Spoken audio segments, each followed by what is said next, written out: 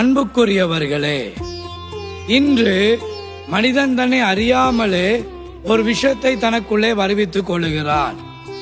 அதுதான் பொறாமை என்கிற ஒரு விஷம். இந்த விஷம் மனிதனுக்குள்ளே வரும் பொழுது அது அவனை வேறு ஒரு நிலைமைக்கு கொண்டு போகிறது. இன்னைக்கு பாருங்கள், பொறாமைக்கு அளவே இல்லை. எல்லா விதத்திலும் எரிச்சல் படுகிறார்கள். பெரியவர்களுக்குள்ளே எரிச்சல். ஒரு முதிர் தன்மைப்படி நடப்பதே இல்லை. ஆனால் பிள்ளைகளுக்கு கற்றுக் கொடுக்க பார்ப்பார்கள். ஆனால் அவர்களோ எரிச்சல் பொறாமைகளை விட்டு விலகுவதில்லை. சிறியவர்களுக்குள்ளே எரிச்சல். குழந்தைகளுக்குள்ளேயே பொறாமை வருகிறது. ஏன்?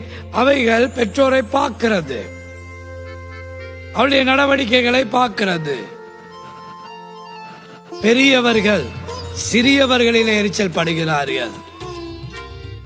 ஒரு முதிர்த்தன்மை என்கிற நிலைமையே இல்லை.